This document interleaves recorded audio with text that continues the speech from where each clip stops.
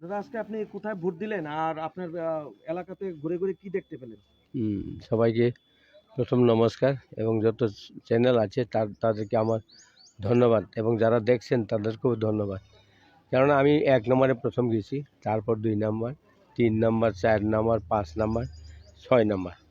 ৬ নম্বর ঘোরার পরে এখানে ৮ নম্বর ঘুরছি, ৭ নম্বরে যাইনি, ৮ নম্বর ঘুরছে সামনে। ৮ নম্বরের পরে এখন এটা ৯ নম্বর। এই ৯ নম্বরে আসার পর দেখলাম আর কি এখানে খুব ভিড় আছে, ওইদিকে কিন্তু এত ভিড় না। কিন্তু ওইদিকে আমি 90% ভোট পাবো, তারা শিওর দিয়েছে, কথা বলেছে। আর তাদের সাথে আমি কথাও অনেকক্ষণ বলেছে।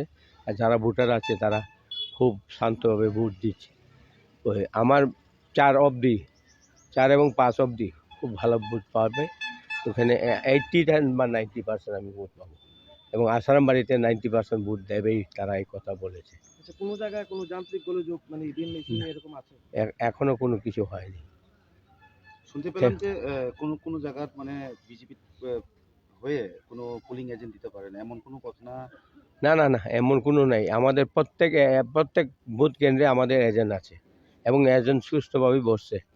এটা আমরা সকাল থেকে সব কিছু আমাদের এটাই ছিল, আমরা যে প্রত্যেক বুথ কেন্দ্রেতে আমাদের এজেন্ট থাকবেই, এটা নির্ঘাত।